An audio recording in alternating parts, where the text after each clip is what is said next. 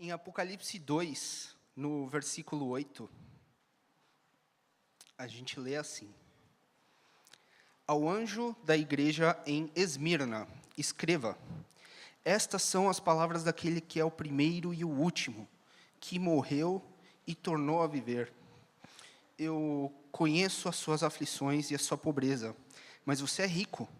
Conheço a blasfêmia dos que se dizem judeus, mas não são, sendo antes sinagoga de Satanás. Não tenha medo do que você está prestes a sofrer. O diabo lançará alguns de vocês na prisão para prová-los, e vocês sofrerão perseguição durante 10 dias.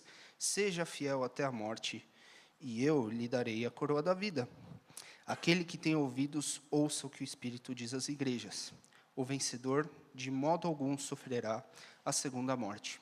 E essa é a palavra de Deus. Vamos orar mais uma vez? Pai, obrigado por esse tempo, obrigado porque já fomos tão edificados. E pedimos que a Tua palavra fale conosco. Sopra o Teu Espírito enquanto olhamos para a Tua palavra, de maneira que a exposição e a aplicação da Tua palavra nos conduza. Nós oramos assim em nome do Senhor Jesus. Amém. A série é Inbox. Nós estamos no segundo episódio. Na semana passada a gente falou sobre a igreja de Éfeso. E se você não estava aqui na semana passada, procura lá no nosso canal no YouTube, já temos o vídeo no ar.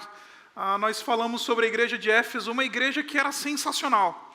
Uma igreja que tinha começado muito bem, uma igreja teológica, uma igreja perseverante, uma igreja santa, uma igreja que era cheia de recursos, mas tinha um probleminha sério, que fazia com que o Senhor Jesus Cristo se colocasse na posição de inimigo dessa igreja. Eles esqueceram ou eles deixaram o primeiro amor. E a gente descobriu aí na semana passada que esse primeiro amor não é uma questão de voltar lá no início, é uma questão do melhor amor. É primeiro qualitativo e não cronológico. Hoje a gente vai conversar sobre uma igreja que é extremamente interessante. Embora de todas as cartas seja a carta mais curtinha que nós vamos ver, é talvez uma das cartas mais preciosas. Porque a igreja de Esmirna, de todas essas 7 igrejas que receberam uma carta do Senhor Jesus Cristo, de todas essas 7 igrejas, essa igreja, essa carta, essa turma, era uma turma que sofreu muito e foi extremamente perseguida. Foi talvez, e muito provavelmente, a igreja que foi mais perseguida durante todo esse tempo em que eles estiveram ali em Esmirna. Agora, deixe-me colocar algumas coisas aqui que são introdutórias para você. Quando a gente fala de perseguição, e quando a gente fala... Normalmente a gente tem uma visão um tanto romântica, né? Normalmente a gente tem aquela visão de que ser perseguido por causa de Jesus é um negócio, sabe? Porque a Bíblia fala que nós temos que considerar, por um motivo de grande alegria, o passarmos, né, por diversas tribulações, porque a tribulação ela vai produzir em nós um caráter aprovado e tudo mais. E a gente às vezes, porque a gente não tem muita noção do que significa ser perseguido mesmo, do que significa correr o risco da sua própria vida por causa do Evangelho do Senhor Jesus Cristo, a gente tem uma visão um tanto romântica disso. Olha que bonito, fulano foi martirizado. Bonito. A gente quase aplaude, né, o mártir. A gente quase fala, olha só. Gente, nós estamos falando de pessoas que estão derramando sangue e que derramaram sangue por causa de Cristo. Nós não estamos falando de uma coisa simples, que deve ser tratada de maneira romântica ou de maneira frívola. Nós estamos falando de uma igreja que estava debaixo de ferrenha oposição e perseguição. E na semana passada eu falei para você que o imperador que reinava durante esse tempo era um indivíduo chamado Domiciano. E o Domiciano, ele era um cara muito interessante, porque ele tinha um método legal para lidar com cristãos. Por exemplo, ele fazia um caldeirão de óleo fervente e botava cristão dentro do caldeirão de óleo fervente. Ele se tornou, os seus generais e os seus algozes, eles se tornaram peritos na arte do esfolamento. Sabe o que é o esfolamento? É arrancar o couro vivo da pessoa. Isso é o esfolamento, é arrancar o couro da pessoa enquanto ela está viva. Domiciano, então, ele começou um movimento de perseguição. E o primeiro que sofre com essa perseguição é o próprio João, que relata e conta para nós e narra essas cartas que o Senhor Jesus Cristo mandou para essas igrejas. Como a gente falou na semana passada, João está preso, exilado em Pátimos, com cerca de 90 anos, e a sua atividade ali em Pátimos era quebrar pedra. Era uma colônia penal, e o seu trabalho diário era quebrar pedra. E era isso que o Domiciano fazia com as igrejas. E a igreja de Esmirna era uma igreja extremamente perseguida. Era uma igreja que enfrentava oposição, como a gente acabou de ler no texto, ferrenha. Agora, é muito interessante a maneira como o Senhor Jesus Cristo começa essa carta. Ele diz assim: ao anjo da igreja de Esmirna escreva: essas são as palavras daquele que é o primeiro e o último, que morreu e tornou a viver. É interessante a maneira como o Senhor Jesus Cristo se apresenta, porque isso daqui é a introdução. Ele está falando, quem está falando isso que eu vou falar para vocês, sou eu, Jesus Cristo. Jesus Cristo podia falar que Ele é o Deus de todo consolo, né? Já que vocês estão sofrendo, não é natural Jesus se apresentar a eles de um jeito que se fosse ministrar consolo, ou que se apresentar: olha, eu sou o Senhor dos exércitos, olha, eu sou o Deus de consolo, eu sou o Senhor do amor, fica aí, aguenta as pontas. O interessante é que a maneira como o Senhor Jesus Cristo começa se apresentando para esse povo é: eu sou aquele que é o primeiro e o último. Isso daqui ele emprestou lá de Isaías, no capítulo 44, que é de onde tira, inclusive, o próprio João, lá no capítulo 22 de Apocalipse, essa ideia do alfa e do ômega, que o pessoal até faz tatuagem, né, do alfa e do ômega. E esse negócio do alfa e do ômega traz claramente a ideia da eternidade de Cristo, traz claramente a ideia do fato de que Cristo Ele era, Ele é e Ele sempre será. É isso que essa ideia de eu sou o primeiro e o último significa. Jesus está dizendo: quem está falando com vocês é o eterno. Quem está falando com vocês é aquele que não tem início nem fim. Quem está falando com vocês é aquele que não pode ser medido. Em outras palavras, o que vai trazer consolo e vai animar o coração dessas pessoas que estão perseguidas, dessa comunidade que está enfrentando oposição, desculpa, não é louvorzão, não é arrepio na espinha. Na hora da tribulação, o que vai consolar e dar ânimo para o cristão é a visão do Cristo glorificado e eterno. É ter a visão de quem Cristo é que nos anima e que nos dá a chance de ter algum fôlego diante da perseguição e diante da tribulação. E eu acho isso sensacional por uma questão de lógica. Os comentaristas, quando eles falam sobre isso daqui, é muito simples. Porque quando a gente fala de sofrimento, ainda que o sofrimento dure anos, na nossa realidade ele nunca é eterno. Ainda que o sofrimento aconteça por um longo período de tempo, e nós temos cristãos e pessoas que sofrem por um longo período de tempo, mas ainda assim, este longo período de tempo de sofrimento não se compara ao fato de que Cristo Ele é eterno. Ele transcende a realidade do sofrimento. Ele está para além da realidade da perseguição. Ele vai para além dos elementos que dizem respeito ao meu dia a dia sofrido. Por isso que ele começa dizendo: eu sei que vocês estão sofrendo, eu sei que vocês estão sendo perseguidos, mas antes deixa eu falar uma coisa para vocês. Olha para mim, porque eu transcendo todas essas coisas. Eu sou o primeiro e o último. E outra, eu não sou só o primeiro e o último, eu sou o que morreu e tornou a viver. Eu sou o que morreu e o que tornou a viver. O nosso maior inimigo é a morte. Ele é, como diz o próprio apóstolo Paulo, é o último inimigo a ser vencido.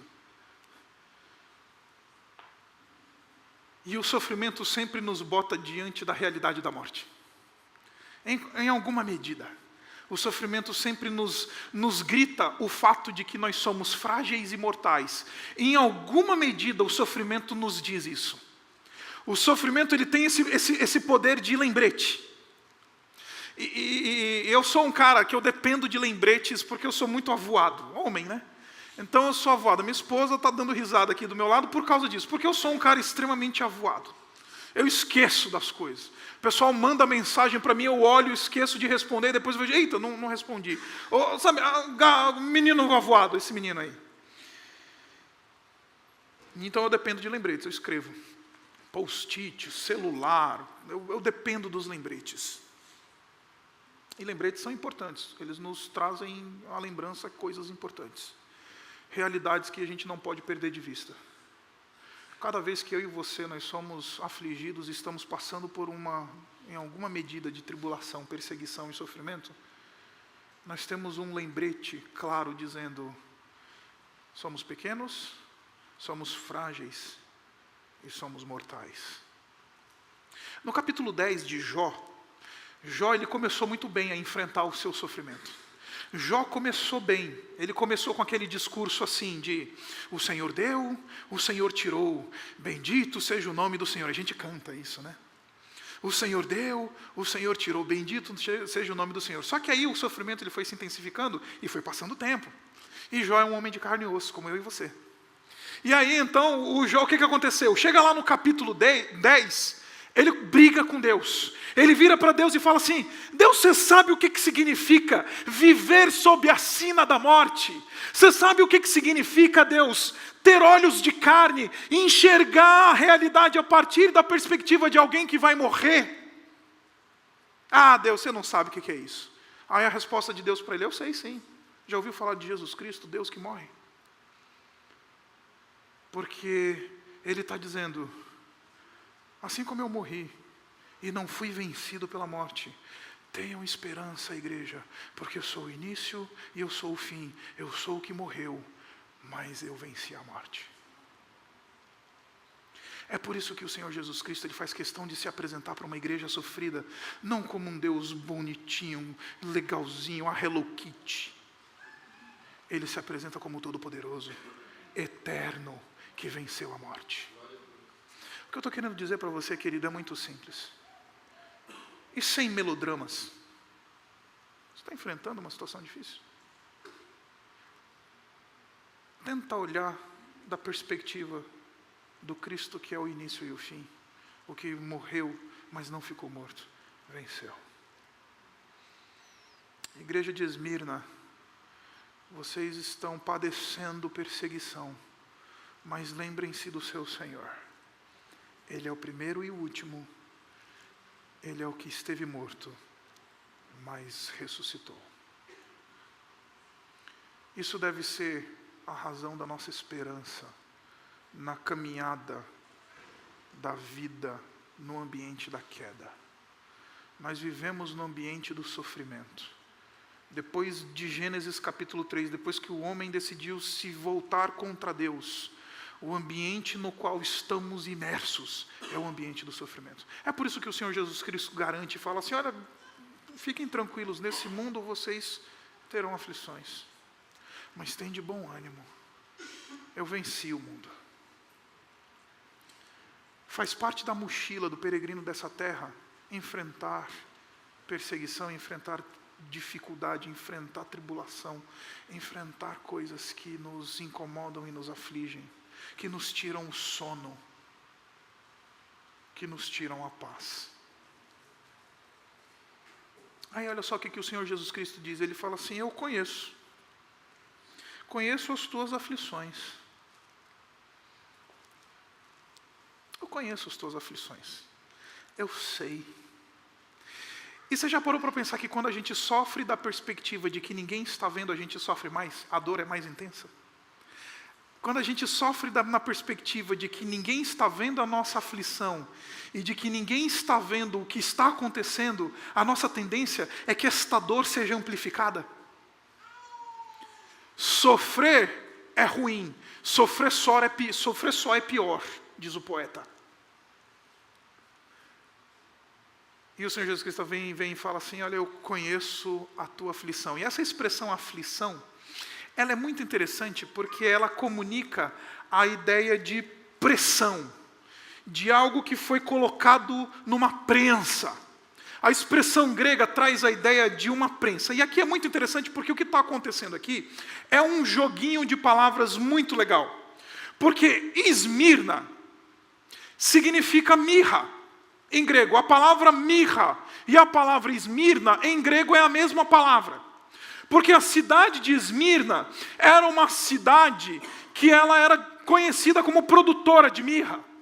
Era uma cidade que produzia mirra. E mirra, ela é produzida a partir do amassar, ou do esmagar, ou de botar uma planta lá de mirra no pilão e socar ela.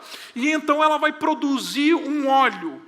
Vai produzir um elemento, um óleo que tem propriedades aromáticas e propriedades terapêuticas. Em outras palavras, o Senhor Jesus Cristo está falando: eu sei, Esmirna, que colocaram você no pilão. Eu sei, povo, que estão amassando você. Eu sei, igreja, que vocês estão exatamente iguais ao que estão fazendo com as plantas na cidade de vocês aí. Para produzir mirra, tem que amassar, tem que botar na prensa, tem que esmagar, tem que... Eu estou vendo o que estão fazendo com vocês. Eu conheço.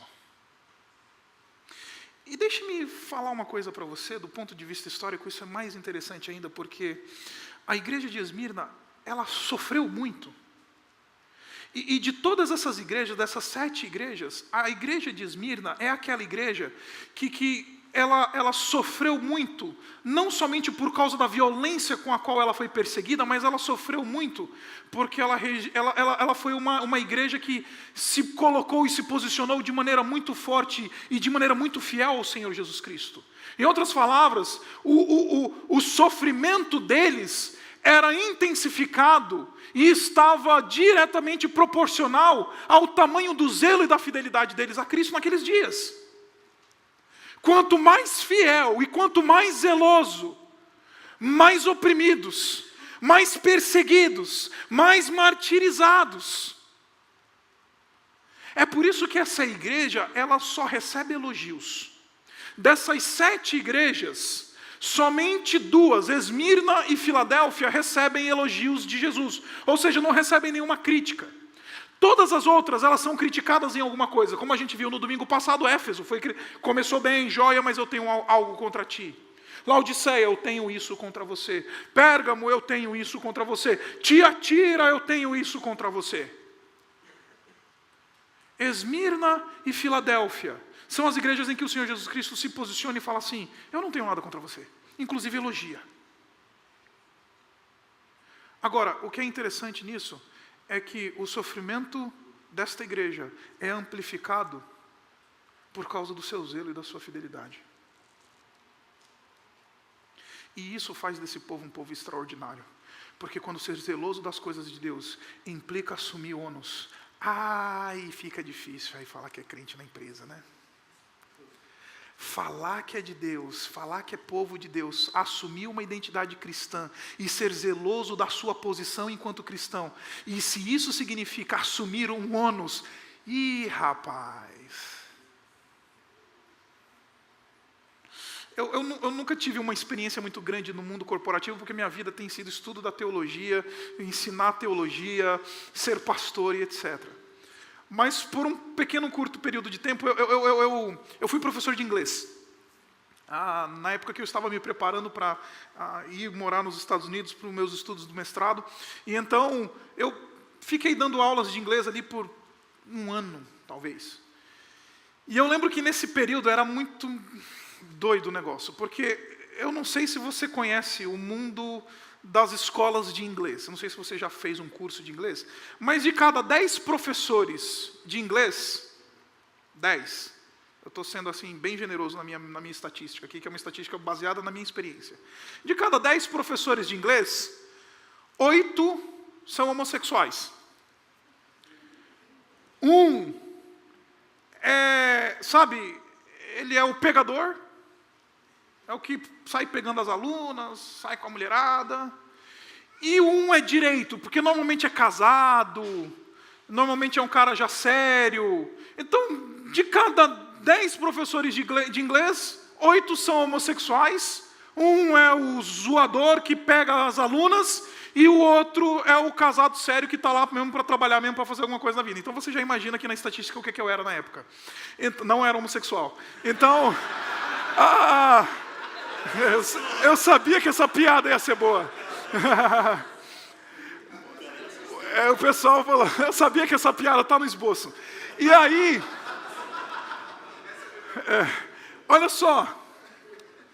E aí a turma de inglês, a turma dos professores, tinha uma ideia de toda sexta-feira à noite ter o happy hour da escola. E de novo, qual que é o problema do happy hour? Nenhum. Eu de vez em quando frequentava o happy hour lá do shopping em dobro. Essas são as risadas da identificação. E aí eu ia para o happy hour. E aí juntava aquele monte de professor de inglês, professoras, os coordenadores da escola. Eu dava aula na escola, eu chamava CEULEP. E aí via alguém, acredite, o assunto ia começar, religião. Porque vamos falar de religião e não sei o quê. E qual que era o assunto? O Isaac é crente. Então, gente, veja bem. Começa com veja bem, você já sabe, né? Veja bem. Eu não sou um crente, mas eu sou normal. Né? O discurso de crente hoje no mundo. Não, eu sou crente, mas eu sou normal. Por quê? É porque não está querendo assumir o ônus. É porque não está querendo, de fato, tomar na orelha e falar assim, você é um retrógrado, você é um homofóbico. Não é isso assim que chamam a gente por aí? Então, não, veja bem. Não quer assumir o ônus. Porque se posicionar e ser cristão para valer, significa assumir o ônus, significa assumir a condição da perseguição, assumir a condição do sofrimento, assumir a condição da chacota, do objeto de chacota. O interessante é que essa igreja sofre, porque ela decidiu assumir o ônus de ser fiel a Deus. Ela podia aliviar o seu sofrimento. Vamos negociar alguns valores, vamos abrir mão de alguma coisinha aqui e ali. E aí talvez o imperador não vai pegar tão pesado com a gente. É uma igreja que sofre porque não tem medo de assumir o ônus. Quanto mais zelosa, mais perseguida e sofredora. Quanto mais fiel, mais perseguida e mais debaixo de opressão e mais debaixo de pressão. Agora, deixe-me dar algumas informações para você acerca da cidade de Esmirna. A cidade de Esmirna era uma cidade interessantíssima. Ela tinha um apelidinho ali na Ásia Menor. Ela era conhecida como a coroa da Ásia. Porque era uma cidade que era extremamente bonita. Era uma cidade litorânea, havia um porto ali, mas era uma cidade muito bonita. Uma cidade que era um centro, que havia ali um chamado Vale de Pagos. Era um vale que havia ali naquela região. E neste Vale de Pagos você tinha um centro religioso, ou seja, os templos de tudo quanto era tipo de divindade estavam ali naquele Vale de Pagos. E não somente isso, você tinha ali centros e altares da ciência. Porque era uma cidade conhecida pela sua cultura, conhecida era um centro medicinal da sua época. Era uma cidade que tinha uma efervescência cultural muito forte. Agora, também era uma cidade que tinha um viés politizado muito grande, porque ali acontecia o culto a César. Ali acontecia o culto ao imperador. Ali Roma não era somente uma nacionalidade, Roma era uma deusa. Roma não era uma bandeira. Roma era uma divindade. César não era só um líder político. César era Deus.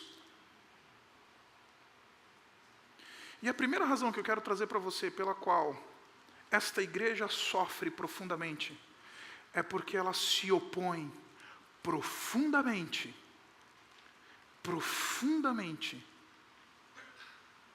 ao Deus César.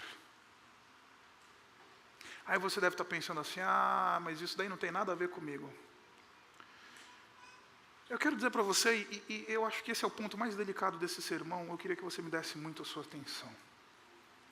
Nós vivemos dias extremamente difíceis, porque até os cristãos assumiram uma posição de idólatras de bandeiras, idólatras de partidos, idólatras de ideologias, idólatras desses movimentos atribuíram o status de redentor a partidos políticos. E agora o que nos redime não é mais o Senhor Jesus Cristo, o que nos redime é o Lula, o que nos redime é o Aécio Neves, o que nos redime é o Estado, um Estado grande vai resolver os nossos problemas. O nosso redentor é político hoje, aí você tem um Brasil dividido em coxinhas e mortadelas. Você tem um país que atribui Lula ao filho do Brasil, e você vê o filme é o Messias. E a gente deposita a nossa confiança em partidos políticos. A gente briga por causa de política. Você entra no Facebook hoje, é uma tragédia. Coxinhas e mortadelas se matando. O indivíduo, se somos cristãos, ouça, se somos cristãos, a nossa única fidelidade é a Cristo. O nosso Redentor é Cristo. A nossa esperança é Cristo. E não um partido político. Marcos Feliciano, não, ele é cristão, virou redentor no Brasil. Assumiu a postura de redenção. Vai salvar o país. Bolsonaro, bolsomito. E isso está gravando, fica tranquilo, vai para a internet, não tenho medo não. Não há nada de novo debaixo do sol, disse Salomão. Do mesmo jeito que os cristãos de Esmirna estavam sendo diariamente convidados a se curvar diante de César, hoje nós temos cristãos dentro das nossas igrejas que já estão curvados diante de César. E depositam a sua esperança, e depositam a sua fidelidade, depositam o seu ser, e se identificam, não, eu sou desse partido, eu sou militante daquele partido, eu sou militante daquele outro partido, quer seja coxinha, quer seja mortadela, quer seja vermelho, quer seja azul. A nossa última dependência e esperança é Cristo.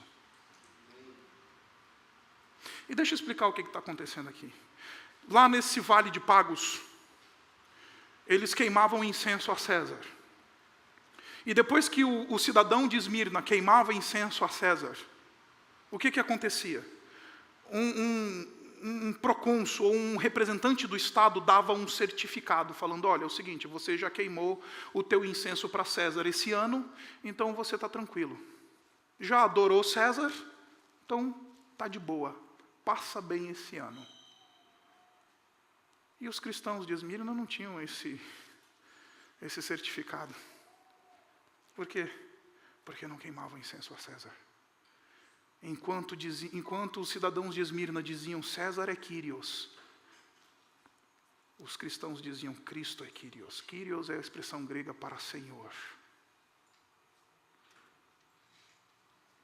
E acredite, nós estamos vivendo uma era em que nós vemos indivíduos trocando o evangelho pela ideologia. Nós vemos uma era de indivíduos que aceitam a adoração ao Estado, que adoram os políticos, depositam esperança muito mais no político do que no Senhor Jesus Cristo. Quer seja coxinha, quer seja mortadela. E deixa eu explicar uma coisa, tem um texto lá em Apocalipse, no capítulo 13, que é sensacional. O texto de Apocalipse, capítulo 13, fala de uma besta que emerge do mar e que ela reivindica para si não somente a autoridade, ela reivindica para si, é uma figura, a besta que emerge do mar é uma figura simbólica, porque o livro de Apocalipse é todo simbólico. E essa besta que emerge do mar ali, em Apocalipse capítulo 13, é uma figura para uma entidade, um indivíduo, que é empoderado pelo dragão, ou seja, é empoderado por Satanás, e ele reivindica a adoração e ele reivindica toda a autoridade. É exatamente aquilo que somente Cristo reivindica. Somente Cristo pode reivindicar toda a autoridade e adoração. Somente Cristo pode dizer, toda a autoridade me foi dada. Todo indivíduo que se levanta com uma agenda de empoderamento totalitário, este indivíduo é um agente de Satanás, é um anticristo. Porque ele sempre vai reivindicar mais do que lhe é o devido. Ele vai reivindicar não somente poder em medida totalitária, mas também vai reivindicar adoração. Critica o ídolo político de um desses militantes hoje, para você ver o que é zelo religioso. Critica. Critica o Lula para um petista e critica o Aécio Neves para um PSDBista. Você vai descobrir o que é zelo religioso e não zelo político. Sabe por quê? Porque a relação é idolátrica. A relação é idolátrica, é de ídolo. Por quê? Porque eu deposito a minha esperança no ídolo. Eu boto no ídolo a esperança de redenção. Esmirna sofre, apanha, é perseguida porque ela diz, nós não temos um outro Redentor senão o Senhor Jesus Cristo. Ah, pastor, então quer dizer que a gente não faz mais nada, então não tem que ter posicionamento político, não tem que ter nenhuma opinião sobre isso? Não estou dizendo nada disso. Eu estou dizendo que a nossa esperança, ela está em Cristo. A nossa fidelidade é ao reino e não a um partido político. E nós vivemos uma época, hoje neste país, em que nós estamos divididos. O movimento evangélico hoje está dividido entre cristãos progressistas e cristãos reformados. E aí os de direita e os de esquerda estão se brigando, se pegando.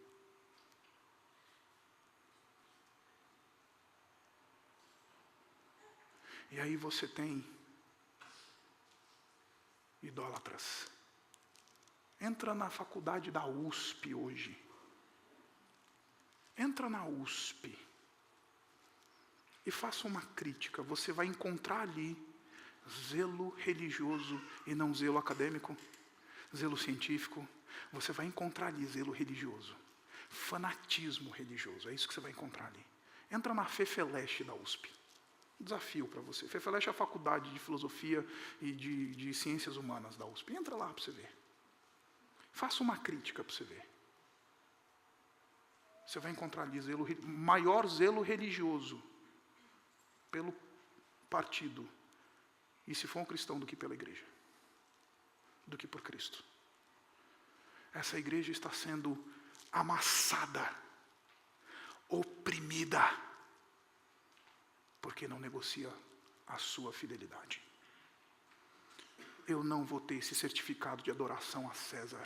Eu vou adorar somente ao Senhor, ainda que eu tenha que ser colocado na prisão, como eles vão ser colocados na prisão. Ainda que eu tenha que entregar o meu pescoço, eles vão entregar o pescoço. Cristo é o meu Redentor. Não é a Dilma, não é o Lula, não é o Bolsonaro, não é o Aécio Neves. O meu Redentor é Cristo.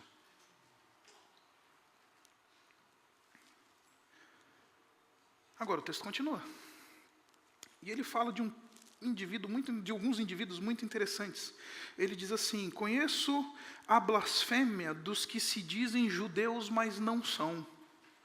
E por que eles se dizem judeus, mas não são? E são antes sinagoga de Satanás.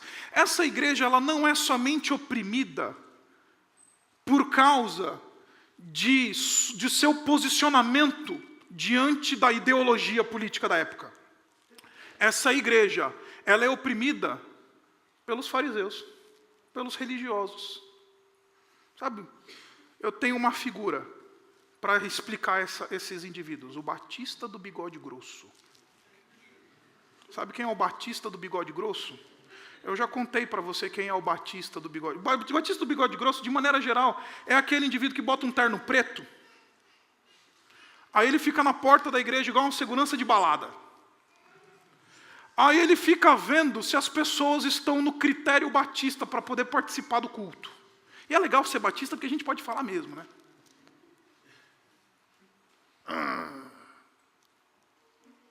Já falei para você, eu cresci numa igreja extremamente fechada. Batista. E aí, não pode isso, não pode aquilo outro. Eu lembro que a primeira vez que um dos meninos da igreja, ele foi tocar no louvor, num domingo de calor absurdo, de bermuda. De bermuda. Mano, mas deu um chabu, coitado do menino. Sabe qual que é a palavra bíblica para esse tipo de comportamento de indivíduos que colocam as suas conveniências religiosas acima do Redentor? Sinagoga de Satanás. Ai, pastor, como você é forte. Estou lendo o texto para você. Briga com João, não é comigo que você tem que brigar. É com João, o apóstolo que escreveu isso. Estou lendo o texto. Sinagoga de Satanás. Esses irmãos estão sendo oprimidos, estão sendo perseguidos, criticados pelos religiosos do seu dia, da sua época. Porque até essa altura do campeonato, nós estamos falando aqui mais ou menos do ano 95, da era cristã. Até essa altura do campeonato, o cristianismo ele era visto meio que como uma heresia, uma seita dentro do judaísmo. Era um negócio que não tinha ainda muita forma, não tinha muita cara, não tinha um jeito de cristianismo mesmo, como a gente conhece hoje. Ainda era muito nebuloso. E aí essa turma está sendo perseguida. E lá em Esmirna tinha uma comunidade judaica muito grande. A história nos conta que ali haviam judeus riquíssimos, que perseguiam os cristãos, e inclusive eles, por serem muito ricos, eles tinham acesso à liderança política. E porque tinham acesso à liderança política, eles entregavam e denunciavam os cristãos. Está vendo aí? Cristão. Vai lá, pega ele. O cristão lá, pega ele. E cristãos estão sendo perseguidos pelos judeus. Agora, isso não é novo. Aqui nos dias de Paulo, Paulo foi perseguido. Se você olhar lá em Atos, capítulo 17, na sua segunda viagem missionária, Paulo foi perseguido em Tessalônica pelos judeus de Tessalônica, a ponto dos caras descerem lá em Bereia, atrás dele. Porque o zelo religioso, esses daí estão fora da nossa cartilha, fora do nosso modelo, fora da visão. Agora está na moda falar isso. Não, porque fulano está fora da visão. Não, está cego? Fora da visão é que é cego? Chegaram para mim e falaram uma vez, teve uma pessoa que virou para mim e falou que você estava fora da visão, Isaac. Eu falei, estou vendo, filho. Eu não estou fora de nenhuma visão, não. Estou na visão aqui, estou conseguindo enxergar. Tem uns grauzinhos aqui que eu preciso corrigir, mas está de boa. Está fora da visão. É o discurso religioso que oprime hoje. Já ouviu falar da cobertura espiritual? Se você sair da minha cobertura espiritual, você estará debaixo de maldição. Conhece essa história? Pois é. Sinagoga de Satanás. É assim que João define isso. É assim que João define esses indivíduos. Perseguindo os discípulos de Jesus, porque os discípulos de Jesus não se encaixam nos padrões de uma religiosidade vazia. Os discípulos de Jesus, eles não compactuam e não aceitam essa religiosidade frívola de ritos, de debilóides teológicos, de indivíduos que são cheios de doutrina, mas são rasos de vida, indivíduos que sabem recitar o credo, mas não sabem falar com o Senhor, indivíduos que são cheios de boa teologia, mas não conseguem dobrar os joelhos em casa e orar. Quem é que são esses? Sinagoga de Satanás. Agora, A última razão pela qual essa igreja está sendo profundamente perseguida é porque em Esmirna, como eu falei para você, havia um mundo cultural pagão e idólatra. E aí eu imagino que a turma lá de Esmirna era aquela turma, os diferentões. Sabe os diferentões? Por quê? Porque a gente vai aqui para a festa do deus Zeus, que era uma desculpa para fazer orgia. Vamos para a festa. Todas essas divindades estavam representadas em Esmirna, em templos, em pequenos ambientes de religião. Vamos para a festa de Artemis. É sacanagem. E aí os cristãos são aqueles diferentões, né? São aqueles que não vai nessas coisas, não participa desse tipo de coisa. Outro dia eu estava conversando com um casal e o indivíduo chegou para mim e falou assim: pastor, o pessoal no meu trabalho fala para mim que eu não devia casar.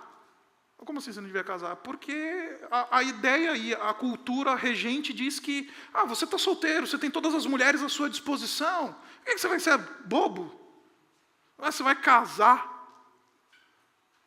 Essa cultura. Aí o crente casa, né? Hoje em dia não casa mais tão virgem, mas casa virgem, né? Aí pronto. Aí ser o diferentão, ser aquele que navega contra a cultura, ser aquele que não entra nas modinhas, ser aquele que não faz aquilo que todo mundo faz, ser aquele que não segue o movimento, anda na contramão do sistema. Por causa disso, estão sendo perseguidos. Então, essa turma de Esmirna é uma turma fantástica, porque eles estão sendo profundamente perseguidos por seu zelo a Cristo, e o seu zelo lhes faz indivíduos antagônicos ao culto ao Estado. Eles lhes fazem indivíduos antagônicos aos movimentos religiosos, indivíduos antagônicos à cultura maldita de morte, de idolatria e de devassidão. Por causa disso, são profundamente perseguidos. E aí o Senhor Jesus Cristo vem e fala assim: não tenha medo. Não tenha medo.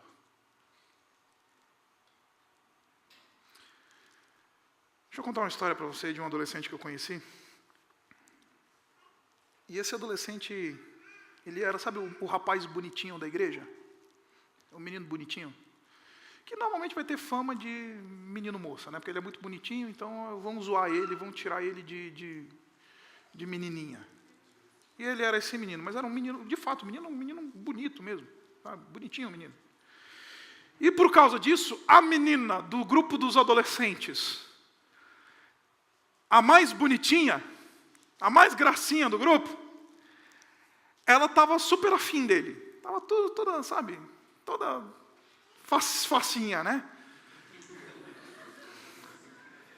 E aí os meninos do grupo ficavam falando para ele: vai lá, pega ela, dá um talento. Essa era a conversa dos adolescentes. Faz isso, tá perdendo, a menina é mó gatinha. Falou: não. Resultado, foi o aloprado da turma. Zoaram. Aí eu sentei com esse menino para conversar, falei: cara, o que está acontecendo? Esse menino com lágrimas nos olhos virou e falou assim para mim: pastor, é fácil falar não para essa menina. Difícil é aguentar a zoeira da galera. Foi fácil falar não para ela. Eu sei que não está na hora. Então vai ter a hora. Foi fácil falar não para ela. Mais difícil, pastor, é aguentar a zoeira da galera. Quem anda na contracultura vai ser perseguido. Vai ser hostilizado, vai ser humilhado. Vai ser colocado na pressão, vai ser o alvo do bullying. E aí eu virei para esse menino e falei assim: cara, não tenha medo. Você está certo. É isso que o Senhor Jesus Cristo está dizendo para essa igreja. Não tenha medo. Em outras palavras, o Senhor Jesus Cristo, Ele não está se preocupando com o algoz. Este não tenha medo não é em relação ao algoz, é em relação ao manter a firmeza. Tem gente que tem medo do algoz, e tem gente que tem medo de manter a firmeza. Eu espero que você saia daqui temendo mais abrir mão dos seus valores do que dos algozes que estão aí. Porque o Senhor Jesus Cristo está falando, não é o algoz o teu problema. Não tenha medo, você está certo, mantém o terreno. Firma a bandeira. Firma o teu valor. Não abre mão. Não tenha medo. Agora, por que você vai fazer isso? Olha o que vai acontecer com você. O diabo lançará alguns de vocês na prisão para prová-los, e vocês sofrerão perseguição durante 10 dias. E aqui, muito provavelmente, é uma linguagem metafórica e simbólica para um período de opressão, em que é muito interessante ler esse texto à luz de Mateus capítulo 16, quando o Senhor Jesus Cristo ele diz para Pedro que as portas do inferno não prevalecerão contra a minha igreja. Diz o Senhor Jesus Cristo para Pedro. E normalmente a gente tem essa figura das portas do inferno e a gente não entende bem o que significa as portas do inferno. As portas do inferno não prevalecerão contra a minha igreja é um eufemismo para a morte. Em outras palavras, o que o texto está dizendo é que a igreja vai sofrer ataques mortais e de Satanás. Mas não vão prevalecer contra a minha igreja. As portas do inferno significa nem a morte vai vencer a minha igreja, nem a morte vai prevalecer sobre os meus filhos. É isso que significa as portas do inferno. A gente fica falando que é de evangelismo, né? Vamos lá saquear o inferno, porque as portas do inferno não prevalecem contra a igreja. Isso é balela. O que o Senhor Jesus Cristo está dizendo é, o poder da morte não vai prevalecer sobre a minha igreja. O poder satânico, os ataques satânicos, mortais, não tem poder. É isso que o Senhor Jesus Cristo está falando para a igreja de Esmirna. O diabo vai procurar vocês, vai atacar vocês. O diabo quer pegar vocês. Por isso que quem está em pé, cuidado que não caia, porque o diabo quer dar rasteira em quem está de pé. Quem está no chão é brinquedo de Satanás. E o diabo vai vir com força. E deixa eu dizer uma coisa para você, queridos. E não é discurso triunfalista, porque você me conhece, já a essa altura do campeonato. Você sabe que eu não sou nem um pouco adepto dessa teologia triunfalista. Mas eu queria que você lesse esse texto à luz de uma passagem que está lá em 1 de Pedro, no capítulo 5. Eu quero abrir com você lá, em 1 de Pedro, no capítulo 5. E a gente vai caminhar para o final. Olha só o que diz 1 de Pedro, no capítulo 5, sobre este poder satânico que se levanta sobre a igreja do Senhor Jesus Cristo. Abra comigo lá no versículo 10. 1 de Pedro, no capítulo 5, no versículo 10, ele diz assim: o Deus de toda graça, que nos chamou para a sua glória eterna em Cristo Jesus, depois de terem sofrido durante pouco tempo, olha só o que ele diz: os restaurará, os confirmará, e lhes dará forças, e os porá sobre alicerces firmes. Eu não quero parecer triunfalista, mas você está de pé, deixa o diabo vir. Deixa o diabo vir. Porque é isso instrumento de Deus para fortalecer a igreja do Senhor Jesus. Os ataques mortíferos de Satanás não são na igreja, eles não funcionam, não derrubam a igreja. Sabe o que eles fazem com a igreja? Fortalecem. Vai pôr vocês sobre alicerces firmes. Acredite se quiser, e eu estou falando um absurdo para vocês. Deus usa os ataques de Satanás para fortalecer a sua igreja. Por isso que ele pode dizer, as portas do inferno não prevalecerão contra a minha igreja. Satanás, ele ataca não para derrubar a igreja. Satanás ataca, e ele no final das contas está sendo instrumento de Deus para fortalecer a igreja de Jesus. E aí o texto termina dizendo, aquele que tem ouvidos, ouça.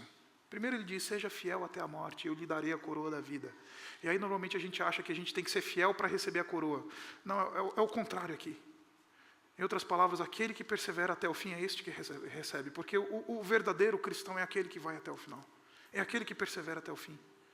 E ele recebe então a coroa da vida. A gente interpreta como, não, eu tenho que... para ver se eu ganho o meu ticket do céu na base da força, na base da perseverança. Ninguém ganha ticket do céu com base na força e na perseverança. É porque aquele que persevera, esse é o verdadeiro cristão que vai ser coroado no final. E ele diz, aquele que tem ouvidos, ouça o que o Espírito diz às igrejas. Deixa eu encerrar para você falando uma coisa que eu acho muito precioso.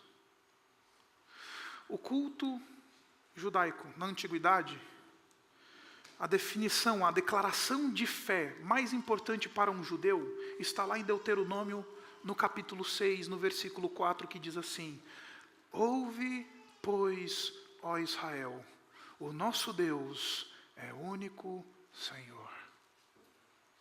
E é muito precioso o Senhor Jesus Cristo falar para esta igreja isso e falar assim, aquele que tem ouvidos, ouça o que o Espírito diz às igrejas. O que eu estou querendo dizer para você, querido, é muito simples, não desperdice as tuas tribulações, não desperdice as tuas angústias, não desperdice a pressão. Não abra mão, finca terreno. Enquanto está todo mundo dizendo, o Estado é o Senhor, diga, Cristo é o Senhor. Assuma o ônus por isso, não tenha medo, diz o Senhor Jesus. Enquanto está todo mundo andando numa contramão, andando num movimento e você tem que andar na contramão, ande na contramão. Não tenha medo. Ainda que todo mundo está nesse movimento de religiosidade vazia, não tenha medo. Ainda que isso custe um ônus, não tenha medo.